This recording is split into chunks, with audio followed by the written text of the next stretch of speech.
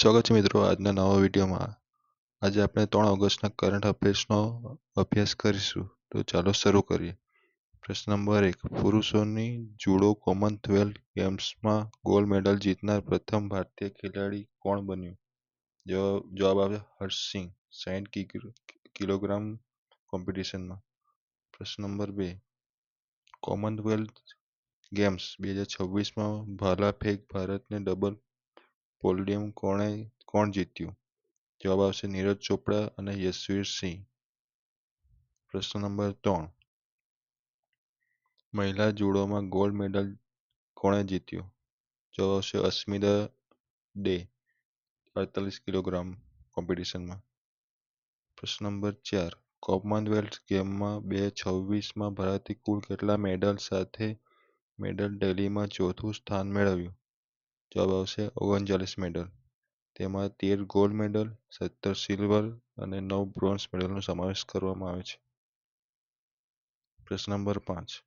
ભારતે કયા દેશ સાથે ઈ-સ્ટેટ પેમેન્ટ સિસ્ટમ ફાવરાની સાથે UPI cross border payment corridor શરૂ કર્યો? જવાબ આવશે Maldives.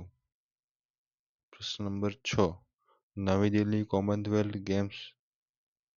Commonwealth table tennis championship 2026માં પુરુષ અને મહિલા ટીમમાં કયો દેશ વિજેતા બન્યો? ભારત.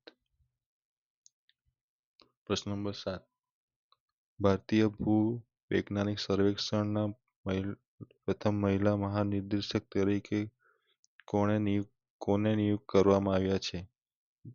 વર્ષા અશોક અગલાવે. પ્રશ્ન નંબર 8. જીઆઈ અને બિયોન્ડ 2.0 શિખર સંમેલનનું આયોજન ક્યાં કરવામાં આવશે? તો જવાબ આવશે નવી દિલ્હી. પ્રશ્ન નંબર 9. વિકસિત ભારત માટે નશામુક્ત યુવા સંકલ્પ અભિયાનનો આરંભ કોણે કર્યો? પ્રધાનમંત્રી નરેન્દ્ર મોદી. પ્રશ્ન નંબર 10. ફ્લોટિંગ સોલાર પાવર પ્રોજેક્ટને આગળ વધારવા માટે ભારતે કઈ યોજનાને મંજૂરી આપી? પ્રધાનમંત્રી સૂર્ય સરોવર યોજના. જો તમને વિડીયો પસંદ આવતો હોય તો તમે વિડીયોને લાઇક, શેર અને ચેનલ સબસ્ક્રાઇબ કરી શકો, જેથી ડેલી તમને આ કરંટ અફેર્સના વિડીયો મળતા રહે. પ્રશ્ન નંબર 11. ગ્લાસ્ગો રાષ્ટ્રમંડળ રમતના સમાપન સમારંભમાં રાષ્ટ્રીય મંડળ રમતધ્વજ અને હોસ્ટ બેટન કયા શહેરને આપવામાં આવશે? અમદાવાદ. પ્રશ્ન નંબર 12. ભારતનો મુખ્ય મેળો વસ્ત્ર ઉત્સવ 2026નું આયોજન ક્યાં કરવામાં આવ્યું?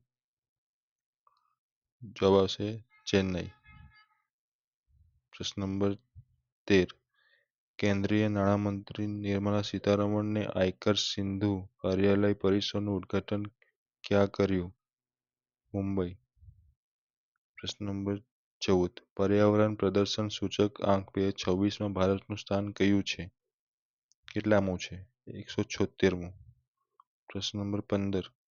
16મા હોકી ઇન્ડિયા જુનિયર પુરુષ રાષ્ટ્રીય ચેમ્પિયનશિપ 2026નું આયોજન ક્યાં થયું હતું? તમિલનાડુ. જો તમને વિડીયો પસંદ આવતો હોય તો તમે આ વિડીયોને લાઇક, શેર અને ચેનલ સબસ્ક્રાઇબ કરી શકો અને તમારા મિત્રોને શેર કરો, જેથી તમારા મિત્રને પણ આ વિડીયો મદદરૂપ થઈ શકે. Thank you.